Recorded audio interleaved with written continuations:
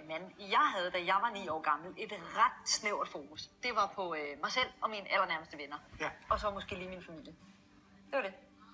Det tror jeg havde det på samme måde. Måske også lige mit fodboldhold. Ja. Og så lige et par enkelte venner eller sådan noget lignende.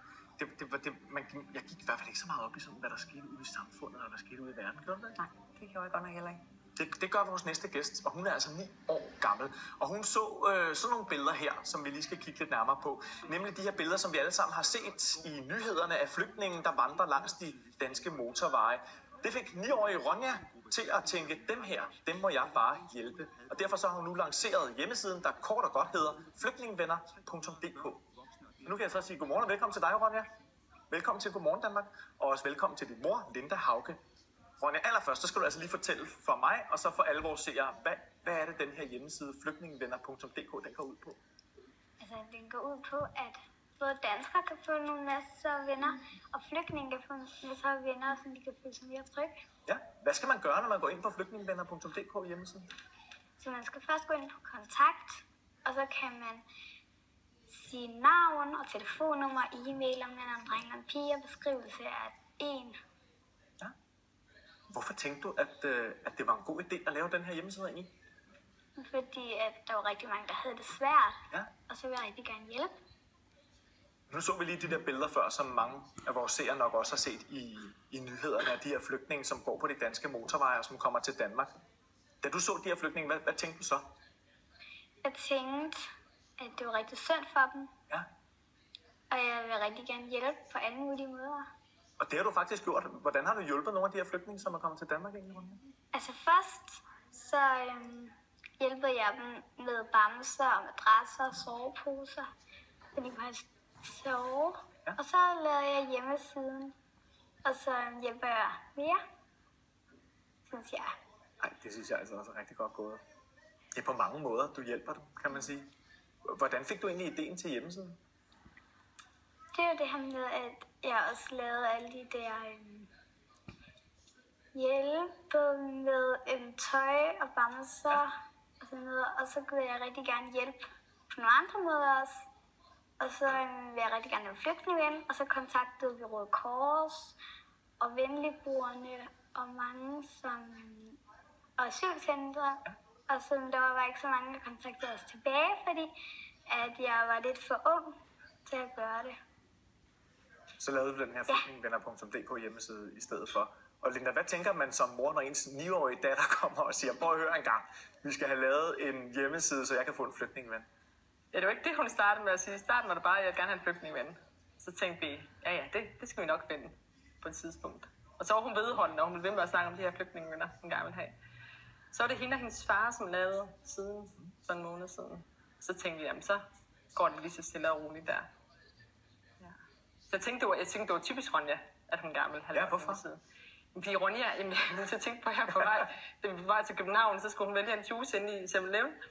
Og så tager hun en juice, og så laver hun lige kysmål til alle de andre juice, fordi det er ikke, fordi jeg ikke kan lide jer, men jeg vælger lige dig i dag. Så Ronja er sådan meget, at hun gerne vil have integreret alt, eller har sådan et stort hjerte for alt. Hvor tror du, det kommer fra?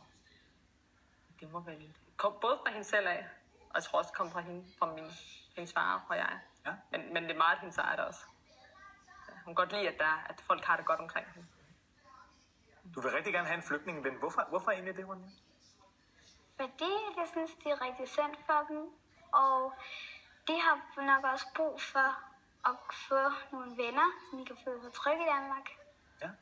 Hvad tror du ville kunne få ud af sådan et venskab, med, hvis du blev ven med en flygtning, der var kommet her til Danmark? Så jeg kunne lære lidt af deres sprog, og de kunne lære lidt af mit sprog, og så hvordan de leger. Ja. Tror du, de leger på en anden måde, sådan, der hvor de kommer fra? Ja, det tror jeg. Der er nogle mere engelsk lege, eller noget med et andet sprog lege. Hvordan fandt de så på, Linda, at den her hjemmeside, den skulle være, som den er? Vi har kigget på den sådan i løbet af, mens vi har siddet og snakket her, sådan opbygning og sådan. Hvordan har I fundet på, hvordan den skal se ud? Det er faktisk hendes far og hendes onkel, der står for den opbygning. Ja. Jeg tror, de tænkte, at det skal være så simpelt som overhovedet muligt at gå ind og kigge. Hvordan har folk reageret på den her hjemmeside? Jamen, folk har synes, det har været vildt fedt. Vi har delt det jo på Facebook, og så vi har fået rigtig, rigtig mange henvendelser. Ja. Hvad skriver folk til? Jamen, der er både dem, der er inde på kontaktformular, som gerne vil have en ven. Det er mest danske børn, som gerne vil have flygtningevenner. Ja. Også nogle skoleklasser. Og så er vi blevet kontaktet via mail af nogen, som arbejder på asylcentre, som arbejder forskellige steder, som gerne vil hjælpe. Så folk kan tage vildt godt imod det. Og Ronja, du har faktisk været selv med til at designe lidt, hvordan hjemmesiden skal se ud. Hvordan fik du ideen og sådan inspirationen til, hvordan at flygtningevenner.dk skulle se ud? Ja, jeg blev inspireret af mange hjemmesider. Ja. Og så tænkte jeg, at den også skulle være lidt vores egen. Og så lavede jeg den ud fra det.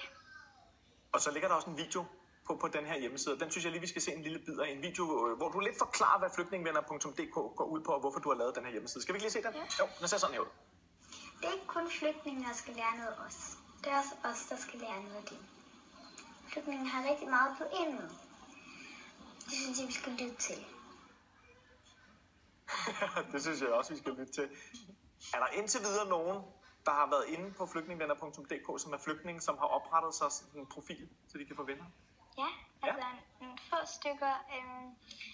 Men jeg har også skrevet ind. Jeg tror nok, det var 2 eller sådan noget, der havde set hjemmesiden. De kunne også snakke lidt dansk. Ja. Eller hvad? Der var en, som der gerne ville have en flygtning, men der var flygtninge. Så der er 3 flygtninge på hjemmesiden. Men der er 2 af dem, der gerne vil have en dansk ven. Så den fungerer indtil videre? Ja. Ja, og så vil vi jo her i Godmorgen Danmark rigtig gerne gøre lidt reklame for den. Så kan det være, der kommer endnu flere, når du har været med i programmet her, som går ind på flygtningevenner.dk. Linda, hvad tænker du? Har I gjort nogle overvejelser i forhold til, at nogle af de her flygtninge, som kommer til Danmark, nogle af de her flygtningebørn, også kan være traumatiseret? Altså? Den del har jeg ikke tænkt så meget. Jeg ved godt, de er traumatiseret, men jeg har ikke tænkt, at det gør nogen forskel, når man leger. Min opfattelse er, at når man først er i en leg, så glemmer man alt, hvad man har med sig i bagagen. Så det er lejen, der tager over. Og så tror jeg bare, at de connecter børn, udenom hvad de har med sig. Hvilke overvejelser er egentlig sådan generelt? Jeg tænker også generelt, i starten er vi jo mest voksne. Ja. Så det er jo ikke bare børnene helt alene. Nej, så I kommer til at være med til legeaftale. Ja, lige præcis. Hvornår skal du på legeaftale så med? Hvornår får du din flygtningeven, Ronja? Der er en, som der har sagt, hun gerne vil lege med mig, og det er på lørdag, og jeg skal have en legeaftale med hende. Og hvem er hun? Jeg kan ikke rigtig huske, hvad hun hedder, men hun kommer fra Syrien, og hun har været i Danmark i lidt tid, og hendes far har været i Danmark i længere tid. Og ved du, hvad I skal lave? Hvad skal I lege? Det ved jeg ikke. Du ved ikke. Og hvad hvis du ikke kan snakke dansk? Hvad gør du så? Så vil jeg lege. Ja, så leger jeg bare. Det er sådan et internationalt sprog. Ja, det er det. For det er bare et fantastisk initiativ, du har taget. En virkelig god måde at byde flygtningene velkommen på her i Danmark. Det tager vi altså virkelig hatten af for her i Godmorgen Danmark. Flygtningevenner.dk, det hedder hjemmesiden. Held og lykke med den. Og Facebook-siden også. Held og lykke med hjemmesiden, Ronja. Og held og lykke med alle legeaftalerne. Og tak fordi I begge to kom herind. Tak. Gorm, var du lige så sej, da du var 9 år gammel? Nej. Nej. Nej. Om det er det?